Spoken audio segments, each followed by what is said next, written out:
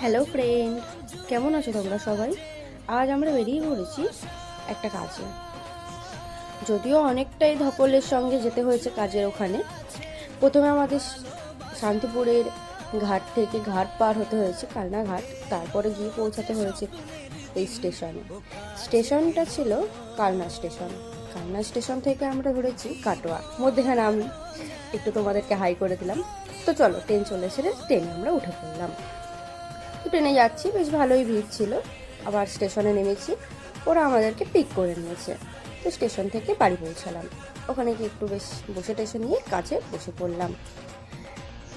ভালো, ওখানকার পরিবেশটা বেশ সুন্দর, খুব ভালো লেগেছে। তো তোমাদের কাজটা দেখতেই পাচ্ছ, কাজটা শুরুই করে দিয়েছি। তো মাঝে মধ্যে বউর সঙ্গে কথা, একটু হাসি, বেশ ভালো লাগছিল। তো কাজটা জানি না কেমন হয়েছে, বাট ভালো করার চেষ্টা করেছি যতটা পেরেছি।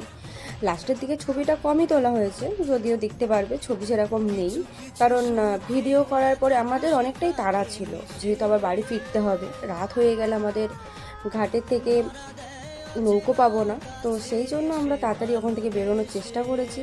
তো যতটা তাড়াতাড়ি পেরেছি কাজটা কমপ্লিট করারই চেষ্টা করেছি। তো তার মধ্যে দিয়ে চুল বাঁধা, শাড়ি পরানো, নানা রকম সব কাজ এক্সট্রা। তো দেখো ফাইনাল লুক, যেইটুকুনি পেরেছি। তো তোমরা বলবে কেমন হয়েছে, অবশ্যই বলবে। তো আমরা সাজিয়ে গুজিয়ে দুই বান্ধবী ফিরে এসেছি, আমি আর আমার বান্ধবী সুইটি ছিলাম।